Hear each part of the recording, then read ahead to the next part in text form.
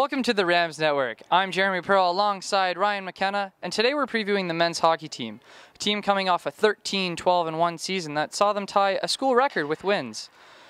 Now, they played UQTR in a spirited playoff battle, unfortunately losing in the first round. They have a very young nucleus building off last season. How are they going to improve this season? Well, I think one of the best ways is, like you said, a very young squad, a squad that prior to last season brought in 17 new players, one of the biggest recruiting classes in all of team history. And a lot of those players are coming back this year, Jeremy, so that core group of players is returning, which is big. I mean, the chemistry's still going to be there. The guys in the locker room know each other, they know the tendencies, that sort of thing. And I believe that that's going to be key for the team's success and maybe be where UQTR finished last year in the national championship level.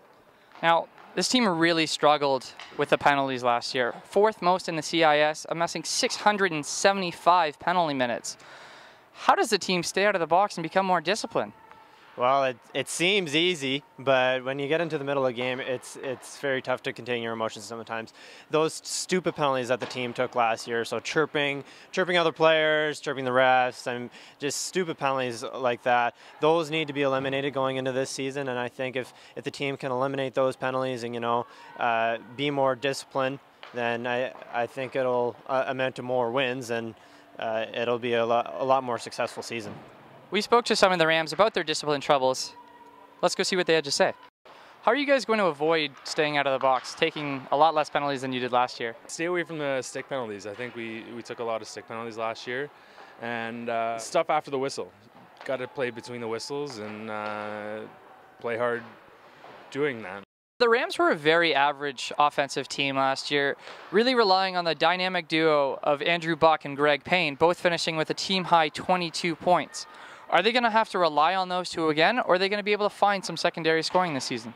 I believe it is going to have to be relied on Andrew Buck and Greg Payne again this season. Now, the secondary scoring will need to be found. Last year we saw guys like David Grant chip in a little bit. Now that's not enough. Obviously Mark DeFrugio, whenever he was healthy, did chip in. He's still out with a concussion so far this season, so we won't be seeing any of him. Guys like Michael Fine, who scored 67 points in 68 games last year for the Saginaw Spirit of the OHL, will need to be relied on, and also defenseman Brian Birkhoff in his second year coming off an OUA East all-rookie team presence.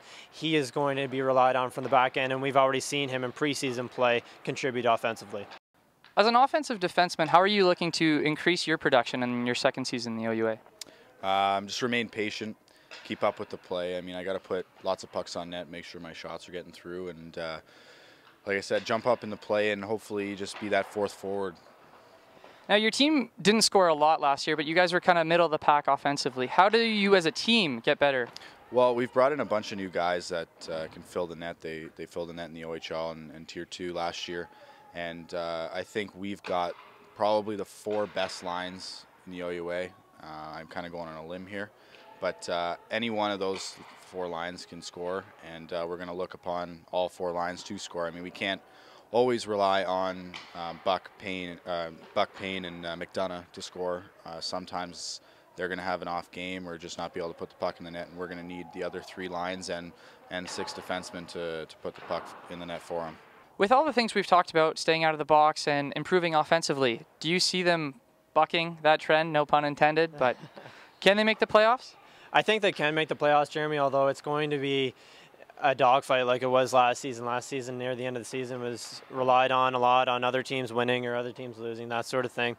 And I think it may, unfortunately, be that sort of finish for the Rams this year. Now, the only way that's not going to happen is if they beat teams like RMC and Queens, the teams that are near the lower end of the standings. And if they can start to beat those teams on a consistent basis and then chip in on wins against UQTR or teams like Nipissing here and there, then they might be better off. But I do see them making the playoffs this year. Great. Well, that does it here for the Ryerson men's hockey team preview. I'm Jeremy Pearl alongside Ryan McKenna. Have a good one, everybody.